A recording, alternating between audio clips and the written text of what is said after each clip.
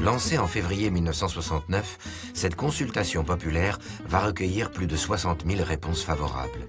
Les habitants veulent un grand club pour Paris et lui ont même choisi un nom, le Paris Football Club. Désormais, il faut construire ce club.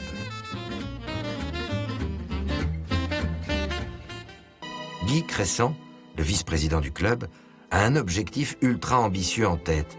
Il veut que son équipe joue directement en première division. Or, pour évoluer dans l'élite du football, la règle est simple. Un club doit impérativement disposer d'un effectif complet, de plusieurs équipes de jeunes et d'un centre d'entraînement. Et pour l'instant, le PFC n'a rien de tout cela. Il n'a même pas un joueur. Une solution va alors s'imposer. Il faut fusionner avec un autre club, déjà existant, et ainsi être immédiatement homologué. L'idée séduit. Les dirigeants se lancent à la recherche d'un partenaire, dans la région et même au-delà. Rouen se propose, mais la fédération refuse cette union. Paris jette alors carrément son dévolu sur Sedan. Tout le monde soutient cette option. Il ne manque que l'accord des Sedanais. Après 2 heures de discussion, l'Assemblée générale a repoussé l'offre de fusion avec le Paris Football Club. C'est la catastrophe.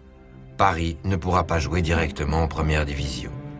Le 22 avril, moins de 3 mois après la campagne d'adhésion triomphale, le journal L'Équipe titre « Le Paris FC, c'est fini ». Les dirigeants sont à 2 doigts de tout abandonner.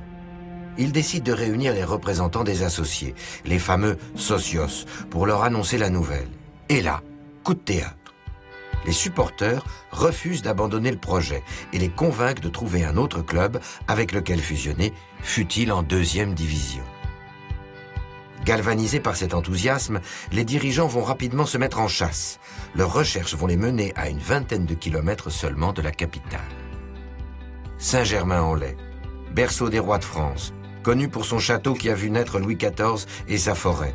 La ville a aussi le bon goût d'avoir un club amateur doté d'un stade, d'un centre d'entraînement et d'une équipe d'excellent niveau qui vient d'ailleurs de disputer un quart de finale de Coupe de France contre Marseille.